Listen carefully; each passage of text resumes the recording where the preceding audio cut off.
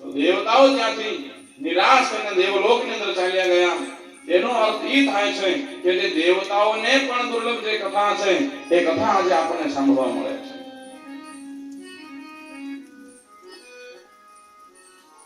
અને કથા આપ 7 દિવસ ધ્યાનથી શ્રવણ કરો અને હૃદયની અંદર કથા બેસાડો મહારાજ,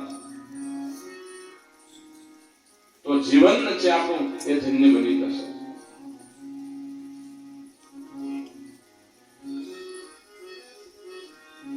સુતજી મહારાજ કહે છે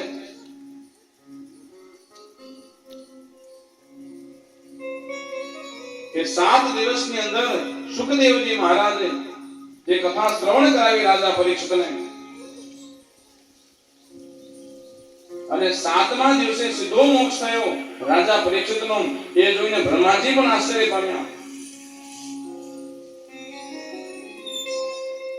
જે બ્રહ્માજીએ ચતુશ્લોકી ભાગવત આપેલી નારદ મુનિને, અને નારદ મુનિએ જે વ્યાસજીને શ્લોક આપ્યા, એના 18,000 શ્લોક કરી વ્યાસજી આ ભાગવત ગ્રંથ બનાવ્યું. અને બ્રહ્માજી આપેલા શ્લોકનો 18,000 શ્લોકનો વિસ્તાર કરી અને સુખદેવજી મહારાજે એ રાજા પરીક્ષિતને શ્રવણ કરાવ્યું. અને 7મા દિવસે રાજા પરીક્ષિત છે એ ભગવાનના ધામની અંદર ગયા. એ જોઈને બ્રહ્માજીને આશ્ચર્ય થયું.